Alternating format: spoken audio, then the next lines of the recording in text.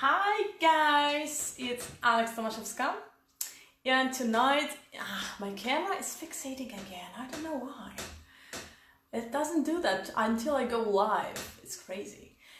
Right, so tonight, it's 7 p.m. in here in Poland. I'm going to be interviewing Rachel Ortense, who is a network marketing leader, a speaker, and an author.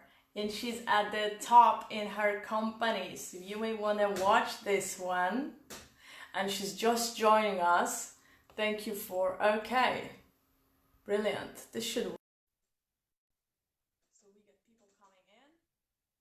And Rachel is going to tell us about her career. See, you love that. Great. Let me get my earbuds in here. Right. There we go. All right. Hi, Is this how better? are you? Yes. Brilliant. Yeah, I'm very good. How are you? I'm wonderful. Yes, wonderful. I wish it was a little warmer here, but is it warm by you yet? Not really. Well, it was warm in here, but today we had snow. Oh, no way. Yeah, but just a little bit. I was surprised because I thought it was going towards summer, and then suddenly, but April is the month when the weather gets like mixed up in Poland. There's even a saying which I cannot translate. And where are you joining from? New Jersey. Yep, Okay. upstate Did New you have Jersey. snow in there today? Because I saw some photos from some people, but I'm not sure which part of the U.S. that was in. Oh, yeah, that was in Colorado, Denver. They had a big Oh, blizzard. Yeah, some people were walking around with like shorts on and but it was blizzarding outside. Lots of snow. the weather is going crazy these days, really. And it's the same in Europe and in the US. Australia is safe, I think, though. Yeah, possibly a place to move to. Yeah, I've never been there. I'd love to go. Me too, absolutely. Yeah. Well, there's a plan. Yeah. Mm. Okay, so let's start you off. So I'd love to hear about your whole career and your journey and what got you to network marketing and what it takes to be a true leader. So my first question will be really, when did you start your career at all? Like, what was your first job? Did you know you were like, was it really like a paper girl with an entrepreneurial spirit from the beginning? Oh my gosh, my first job. I would probably say my first job was babysitting at like 12 years old. So yeah, my neighbor was actually the principal of our school, our middle school. So I would babysit his infant. I don't know why in the world they trusted a 12-year-old to babysit their infant, but Wow. yeah, I mean, yeah, I mean, I kept her alive, so that was good. Oh my God. But That's a nice testimony.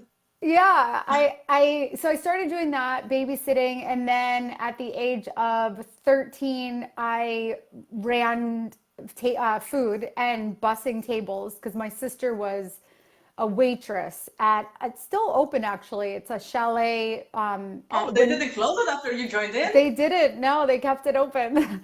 A ski chalet up in Windham Mountain, so that's upstate New York. And my Uh-huh. sister was a waitress, so she got me a job as a food runner and a busser.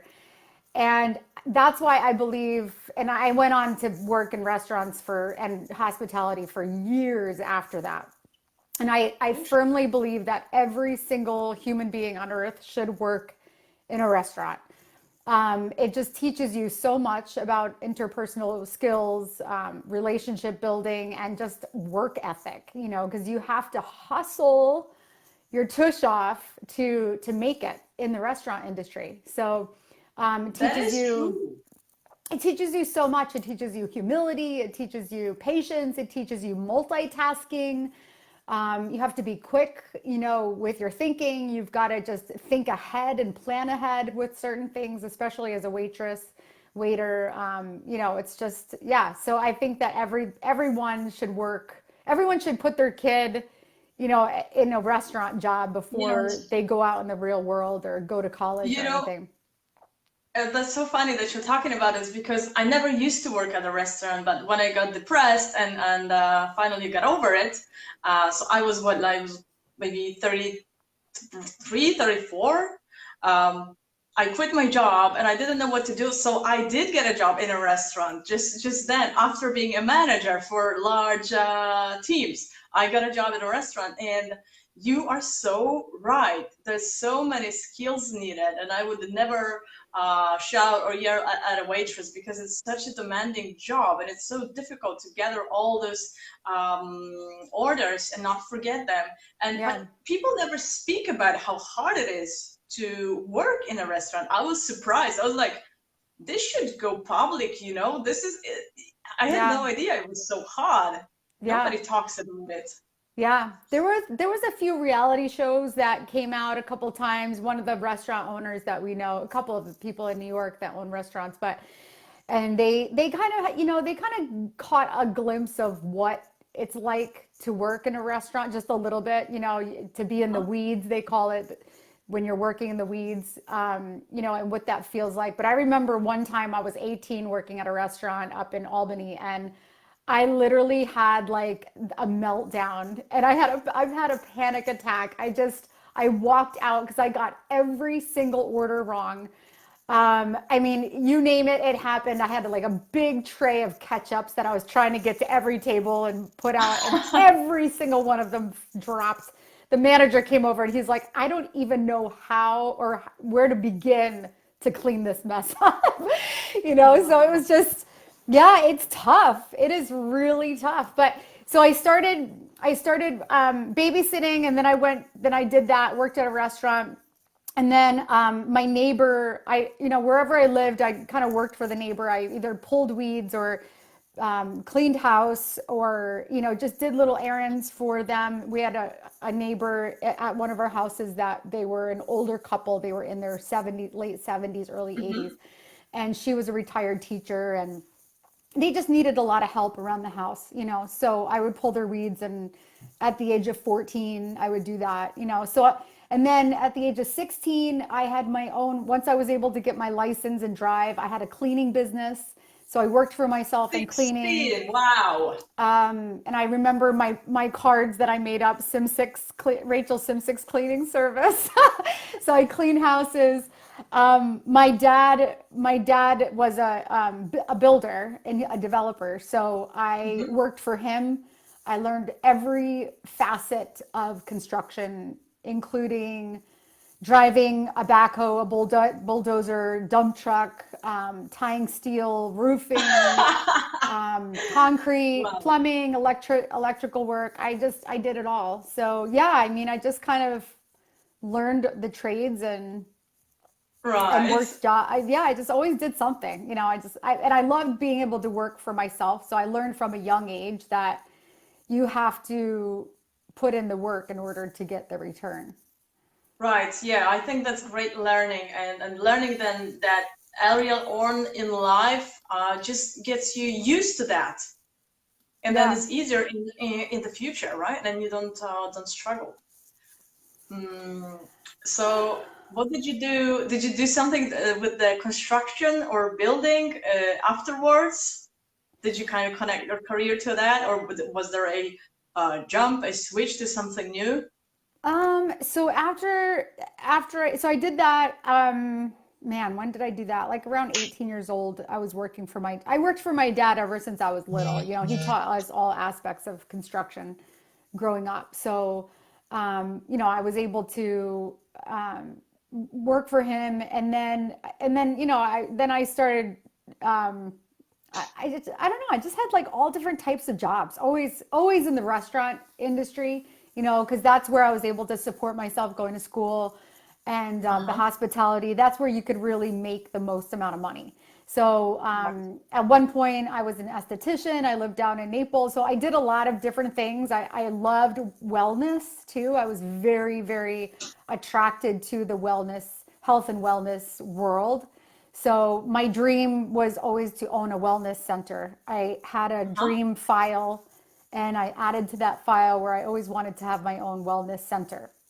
So I love the idea of Wow. being able to heal people and help people to heal, and to make people feel good, and to teach them about how to be healthy. So that was always my passion. And working in restaurants, working in hospitality was always just a way to make money. And I was good at it. And I wasn't good at it overnight, that's for sure. I worked Right. hard at it, but over time, I learned how to really, connect with people. And that's where you can earn a lot of money in the hospitality, is Right. when you make those connections, relationships, because then people In a want to come very back. short time too. Yeah. You need to be able to make them in a very short time. That is Yeah. true. And then depending on what kind of hospitality, what kind of industry you're working in, if you build those relationships, people want to come back and see you, and they come back, and they're happy, just to wherever they are. Maybe they're vacationing, maybe they just come over after work or whatever. But yeah, I think that's where I attribute a lot of my connections to now in Hmm. network marketing, was the fact that I built so many solid relationships when I worked in hospitality. Right. Okay, that's great learning. So, did you have the wellness center? Did you No, become the owner no, from? never did that. No? No, I went to school for occupational therapy, massage therapy. I got certified in teaching Pilates, and I was going to go to school for acupuncture, but then I ended up, at that point, I had already been engaged, married, met my husband, and then we started having kids. So it wasn't really the right time for me to go back to school at that time.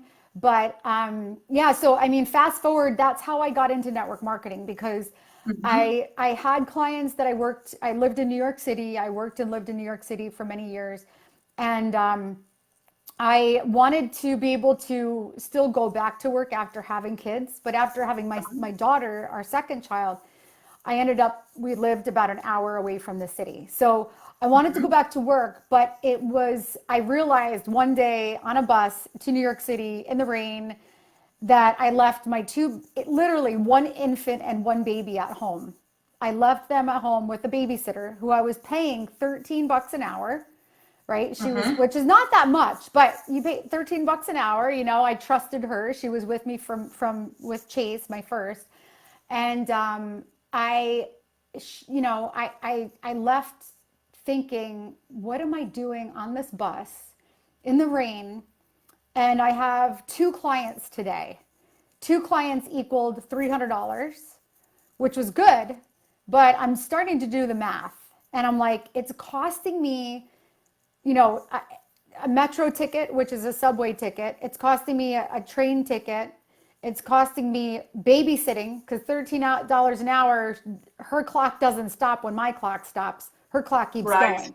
So Yeah, and the commute. I'm adding up $13, $13, $13, $13. Plus, I have to eat sometimes. So you can't, packing a lunch and going to New York City doesn't really jive. You usually eat something there. So that's Right. at least, 20 Yeah. bucks. And then seeing my clients. So I'm like subtracting from my 300, and it's leaving me with, $100. And I'm like, is this worth going to work and leaving my infants at home for someone else to spend time with? Is it worth Hmm. my time and energy? Where is this going? So when I came to that realization, that's when I had reached out to an old friend, and he had sent me a video of a company that he was working with. And he's like, Uh-huh. Rachel, just take a look at this. Tell me what your thoughts are, and let's get on the phone if it interests you. So I started watching this video. I'm like, I need to talk to them. And I was kind of scared, and I was like I know where he's going with this. And I didn't want to feel like pressured, to buy Right. or to do anything, So I was kind of avoiding him a little bit at first, which, we all get that, right? And Absolutely. so finally, I just had that moment where I'm like, I need to call him back. So I called him Mhm. back. He put me on the phone with his upline sponsor, mentor, whatever you call it. And we're like shooting the breeze, whatever. And they said a couple words to me that made me think. And then Uh-huh. later on that evening, they did a presentation to me over Skype. And the Uh-huh. presentation it got me to think about network marketing in this way. Okay. So, one, because I had been around traditional business my whole life. My dad Right. owned his own business. He was self-employed. My husband, self-employed. And I saw how much money and effort it takes to invest in a brick and mortar business Yeah. and a traditional business. And I've seen my friends that opened up restaurants and nightclubs and, just businesses where they poured in, not only did they pour in hundreds of thousands of dollars, but they Mm-hmm. poured in their lives. They've risked relationships because they've spent all of their time married to this business. And I knew that's what I didn't want to do because I was offered to Mm-hmm. open up a Pilates studio. Someone offered to give me the money to open up a Pilates studio. But I'm like, Wow. how, So but how that could I was do the that? dream. Yeah, and it was something I wanted to do, but I'm thinking, how am I going to do that with two babies? I'd have to hire a full-time nanny. I wouldn't spend any time with them. My relationship would go to pot. And I'm thinking that's just not going to work. So what really appealed to me about this was that I could put a little bit of money into an investment, which would cover basically my products, and Right. I would leverage my relationships that I have, people that Mm-hmm. know me, trust me, like me. And I am passionate about this product because I know it works. I see it works. I know the science. I believe it. And I know that this can help a lot of people, you know? Mm-hmm. And so, and then what was described to me was this little person pushing this boulder up a hill, and he's like, this is you. You're going to be working really hard for the next couple of months, really, really hard. And you're working hard, and it seems like you're not getting anywhere, but you're pushing this boulder up the hill. And then once you push that boulder up to the top of the hill, that boulder is going to roll down by itself. So So you you work. had that idea straight from the beginning. You knew how this would work for you. You have that vision. Well, yeah, that's what got me really inspired to say yes, because I liked the idea. I wasn't afraid of hard work. I wasn't afraid of work ethic. And so I'm like, I can do that. I don't have to invest a lot of money. I do have the connections. I do believe that I can make this happen. If the systems and the structures are there and the support is there, my team is telling me that they'll support me. My up team they're telling me I will help you. That's all I needed to know. And Right. so, and I liked the idea of building a residual based income based off of the efforts of me and my team that I would create. So it's not just about my team, the people that I know, but it's about the people that I bring in, their people and their people's people and their people's people. So that's where the multi-level comes in. And that's the beauty of network marketing, is that you empower so many people and you get to meet people that you've never met before. And you can teach them the proven systems, the proven support that you have, and you can earn a substantial amount of money on a residual monthly basis, creating a Mm-hmm. customer franchise of people that use the products. So I'm like, that's genius. Why Yeah, it wouldn't I is do genius. this? So yeah, I mean, that's in the long and short of it, that's how I got into network marketing. Hmm. And so you got in already with this idea of you in mind that you're going to be the leader. You didn't plan on like selling the products, but you were the leader from the beginning. That was your plan. I'm gonna Yeah. build my team, and you knew you wanted to do it. Yeah. Yeah. Hmm. I remember when I was very young, I was probably around 5 or 6 years old, and my mom called me in her room and she's like, I have to talk to you. And I'm like, oh no, what did I do? And she said that we lived in a neighborhood. My dad was a developer. We lived in a neighborhood where there was a lot of kids growing up. So, we'd ride bikes together, we would play together, and I guess apparently one of the parents, heard a complaint from one of their kids and told my mom that Rachel was being bossy. So I was telling people what to do. And so from a very young age, I was bossy. But looking back, that was a bad thing. My mom made it sound, and it was supposedly it was a bad thing, but I look at it now like, okay, yeah, nobody wants to be around a bossy person being told what to do. But there's a Right. difference between being a leader and having the ideas and saying, come on, guys, let's do this. There's a difference between you do this and saying, hey, guys, let's do this together. There's a big difference there. And Yeah. so I feel that I had leadership qualities from a very young age. I knew Mhm. that I had the work ethic. I wanted to take initiative. I was very, I had friends that told me, Rachel, because of you now, I work out. Because of you now, I eat healthy. Because of you now, I'm inspired to do this volunteer work or whatever. And so I'm not saying that to brag or to sound, like I'm Absolutely no. someone, I don't think special, anybody's thinking but it that way. I think it's just I have that inner leader in me where Mhm. I love helping people. I love inspiring people. I love coaching people. I love to say, "Come on, let's go. We're going to do this together." That's what I love to do. Amazing.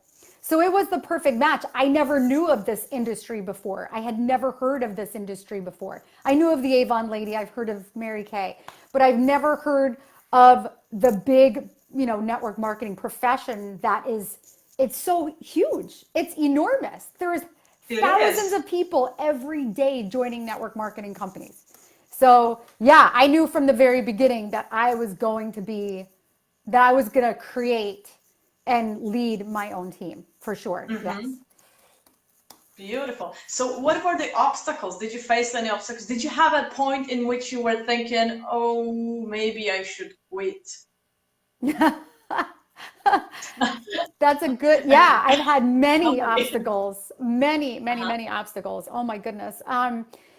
So I would say one, my goodness, my husband didn't believe in it at first. He always supported me. If he's watching, he knows this, but he's always supported me, always. But there was a time where my first company, after 2.5 years, I wasn't where I wanted to be. And I firmly Hmm. believe that choosing the right company does matter. I don't care what anyone tells you. You have to choose the right company. You have to. If you want a lot of success. If you want to just make a couple $100, sure. If you're really passionate about the culture and the product, yes, you could do well with any product. But I firmly believe that you have to choose the right company. So Um, what the, constitutes to the right company? What do you look for in a company? Well, I mean that's a whole other topic. I'll finish. Let me finish the obstacles first, because that's Okay. a whole other subject. But so that was one. So the second my second company, and I've only been with three companies. My third is the one that I'm currently with, which this is where I want to stay forever. But my second company, I did really, really well, and I made six figures in 4 months. And I was one of the top Wow. income earners, one of the top leaders of that company. But that at that time, my husband was like, please don't do it again. Don't do network marketing again. Please, whatever you do. Because I had taken a job in between those two companies, and I made great money in that job. And he's like, please, whatever you do, don't do network marketing again. So I had Wow. that working, but actually that it didn't work against me. That actually fueled my fire even more. So I wouldn't say it was a complete obstacle, but just not really knowing. I guess one obstacle was, just being green in the industry and not really being told the truth about a lot of things. I had to Right. find out those things on my own. Two, there's always going to be the ups and downs of just entrepreneurship. Being an Yeah. entrepreneur is probably the hardest thing. It's easy to go to work and be told It what to is do, a but it's lot. it's the hardest thing to be waking up and to tell yourself what to do every day, and then to also like be a slave to your calendar and create. You're creating what you want to do. You know it. You're an entrepreneur. To create yourself and rely on yourself is probably the biggest obstacle of all. To keep yourself Mhm. inspired is probably the biggest obstacle. Yeah. Company wise, number one, your product, it has to be different. There's so many products out there that everybody has. If you can go on Amazon and buy something similar to it, you know, I, I, I don't want to say I wish you luck, because that doesn't sound very nice, but it's harder. It's harder It's, yeah, it's to going to be be hard in work it. too. It is. It's a lot of work because you're competing with so many people. But they talk about that on Shark Tank. Do you want to be in a red ocean or a blue ocean? You know, Mm-hmm. so choose a company. If you really want to hit it big, choose a company that nobody else has that product. No one else has that technology. Nobody else has that service. So that's number one. Choose something that it's a blue ocean. Number two, the timing. Again, people can say all they want. Timing doesn't matter. Timing does matter. And if you really want to hit it big, if you want to go large, timing does matter, you know. And then three, you know, you want to choose the right leadership in that company. So whether the leadership is your upline or I believe the ownership of the company, you really want to know who you're getting involved with because let's face it, as much as it's your own business, it's not your own company. You don't own that company. So Yeah. if the people above you, the CEO, the owners are, you know, like all of a sudden their character is like, you know, they're schmucks. 3 years into it, they could be your best friend, and then all of a sudden they turn around and they do something really, you know, shyster, and or they're doing things that are illegal, or they're doing things that could cause the company to go down. Maybe they're being careless, or you know, whatever it is, or maybe they just don't have a mindset growth mindset. You know, maybe they have a mindset where I know everything and this is how it's going to be.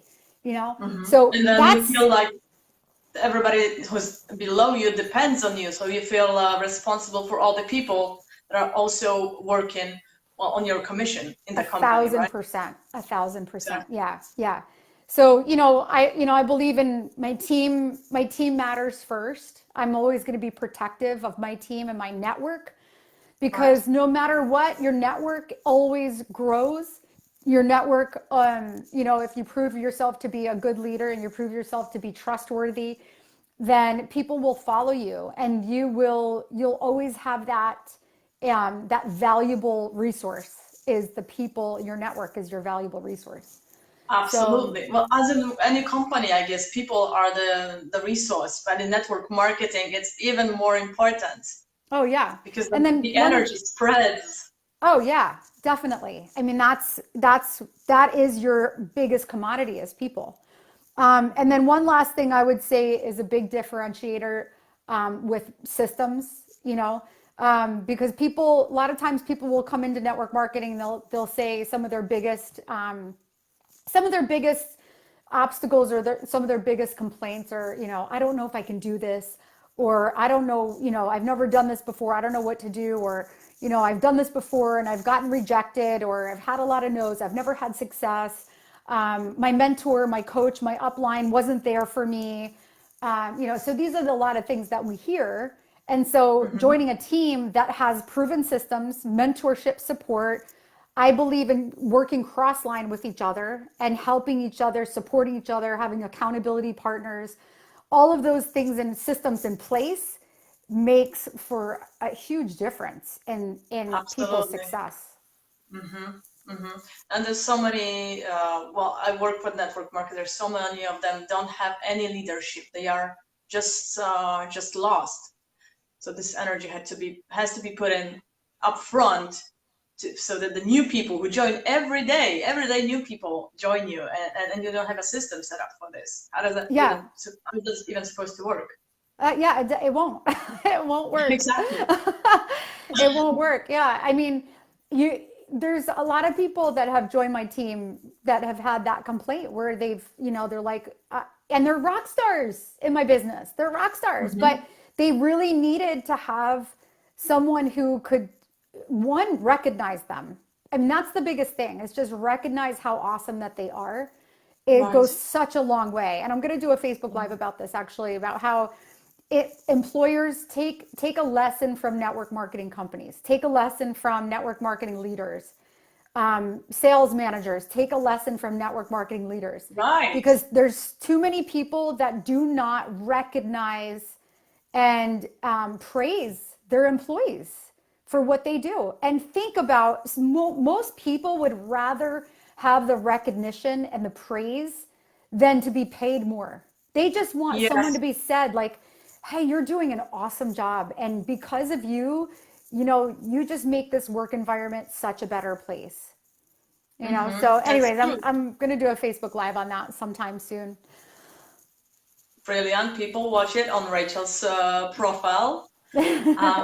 Yeah, that is so true. You know, they need to feel important. They need to feel needed or appraised is a great need. We don't talk about it much. We don't talk about it enough. And even in companies with a great culture, it's never spoken about. And really in the pyramid, it's a great need. Maybe that'll change. I don't know. But we have very similar viewpoints, I see, on this. And we're Okay, both so I know Polish. that. Sorry, And we're both Polish. you're Polish. I don't think I knew that. Simsek.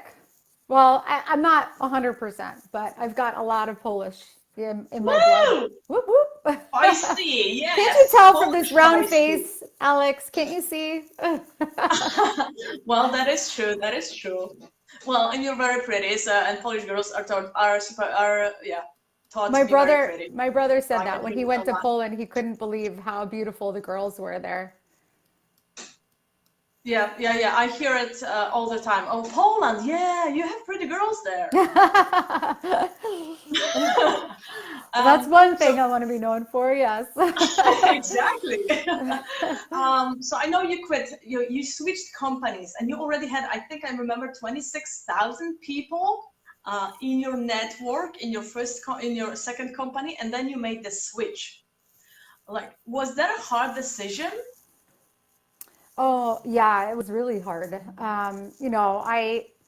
When you're with a company, and it was, a smaller company, you become very, very close with people and ownership, and you make solid relationships, and it's almost like Hmm. leaving a family.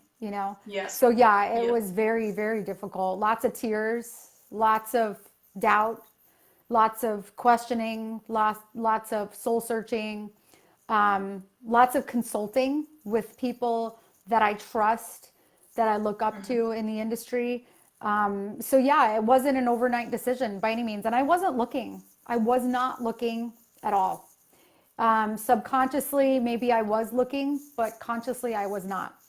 And so Mm. when my downline, one of my girls in my downline brought this to my attention, and she just sent me her website, and she's like, "Have you seen this? It's 4 days old." And I took a look at it, and I was like, "Oh my goodness." If the science is real, I have to know more about this. So, I mean, that's a whole other story, but yeah, it was very difficult decision. But once I made that decision, I was 100% confident in my decision, and Right. I was scared and excited all at the same time. You know, I was definitely a ball of nerves for a while because Hmm. I knew that it was going to hurt some people, and it was going Yes. to make some people question and doubt, Right. and a And lot it's of a my old relationship team. business, so Yeah, it's very vulnerable. Hmm. yeah, and a lot of my old team members too. It was heart wrenching for some of them and for me. And so I know I punch gut probably many people. And if you're watching, I love you. I'm sorry that if I did hurt you in any way, it felt like I've left, but it was something that someone who I'm not going to mention their name, but a very, very, very, very, very um, big mentor of mine said to me, "Rachel, you have an obligation to your family and to your team." And so at that point, I realized, yeah, my family comes first, and it's a business decision. And sometimes there's only so much that you can do.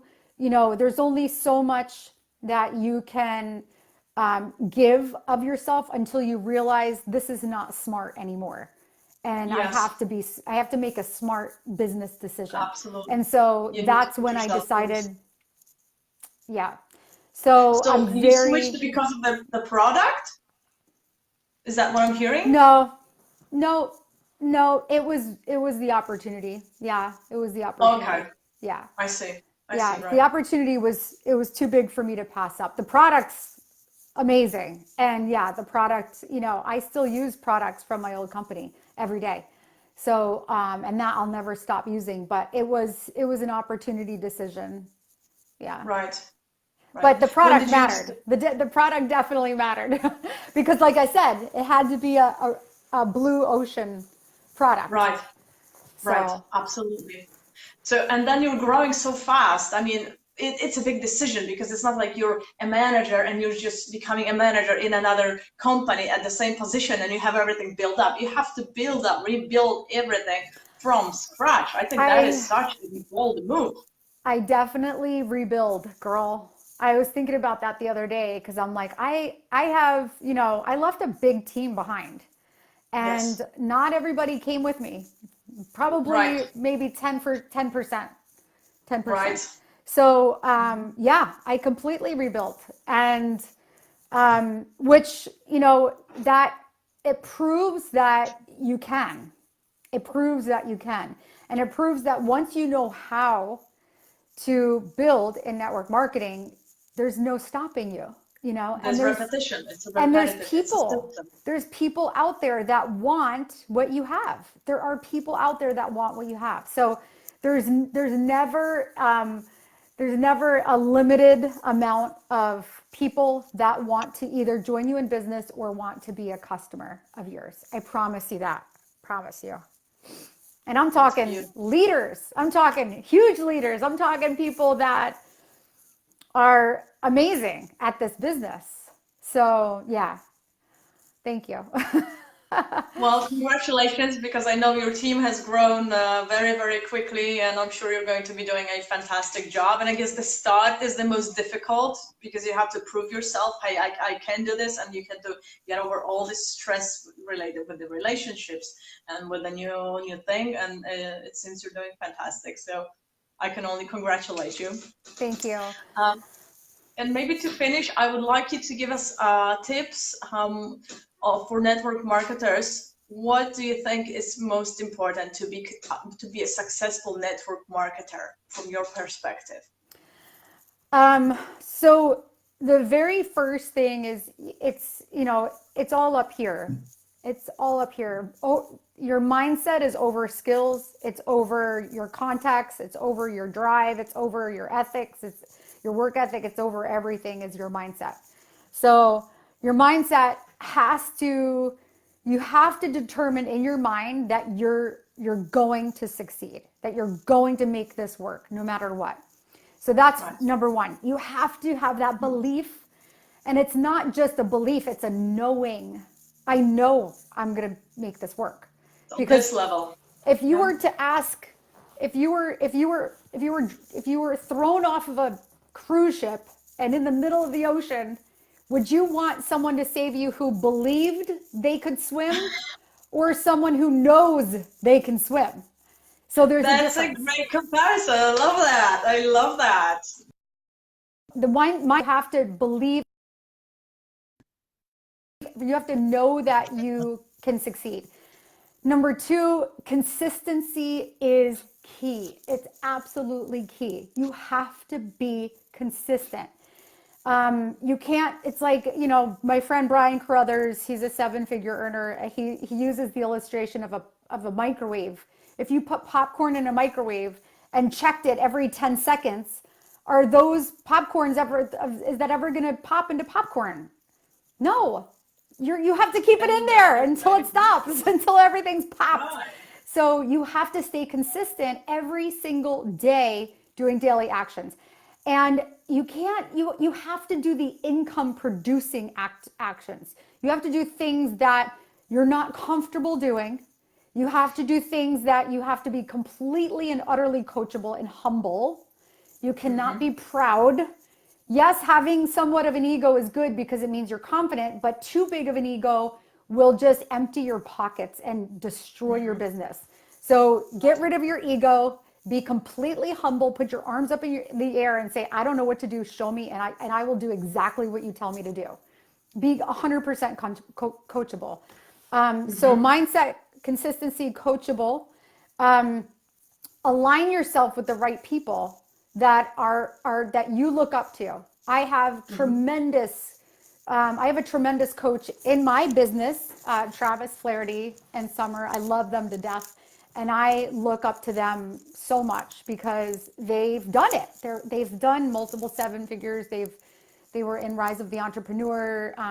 He's just such an incredible example to me, and I just absolutely adore the two of them. And so whenever I feel like, am I doing enough? I look at Travis and I look up to him. So I think it's really important to have an upline leader who knows how to show you the way, and Yeah. and pushes you beyond your comfort zone and says, you know what, Alex, come on, girl, you said you wanted this. Your why was this strong.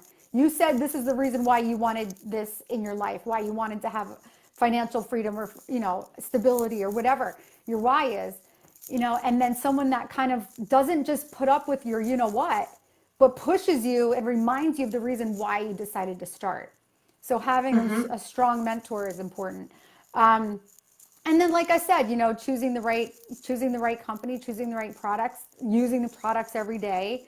Those are important. And then one other thing too is you can have the right mindset, but you have to always keep that mindset. You have to keep your skills, the saw sharp. I don't know if you've ever heard that before, but sharpening the saw. So keeping your skills sharp by practicing every day, staying consistent, but then also watering your brain garden. So your brain is a garden. If you stop learning, you stop growing. You stop growing your business, you stop growing your mind. So you got to grow your mind. You got to water and nourish your brain to keep you in the game. Oh, that's a good one. I should coin that. Water and nourish your brain to keep you in the game. So yeah, constantly reading, doing mental work on yourself, and keeping your mindset in a place that is going to keep you going. Right. Brilliant. I mean, that is great. It's what every entrepreneur needs, really. Network marketing is nothing else than having a business, although it is a different business because you need to be making all these relationships, more relationships than in any other business. But the other side of it is just you got to be consistent. You need to have the right mindset. But with network marketing, you actually have leaders and coaches and somebody to look up to, which is so much easier than doing like a normal business, and you don't really have to invest a lot to start. Yeah. Brilliant.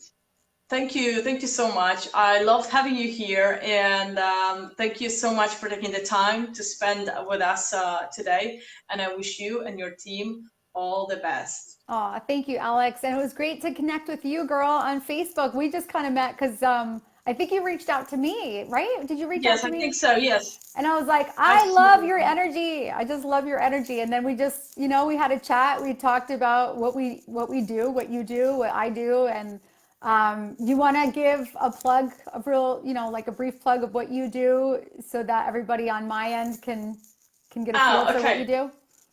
Right. Well, I'm a mindset and brain trainer. So most of the thing, mostly the thing that I started doing is to help people who feel lost, who feel stuck, who feel they need direction in life. They don't know what to do next in life. Maybe they are at the top of their career and they just don't know where to go next.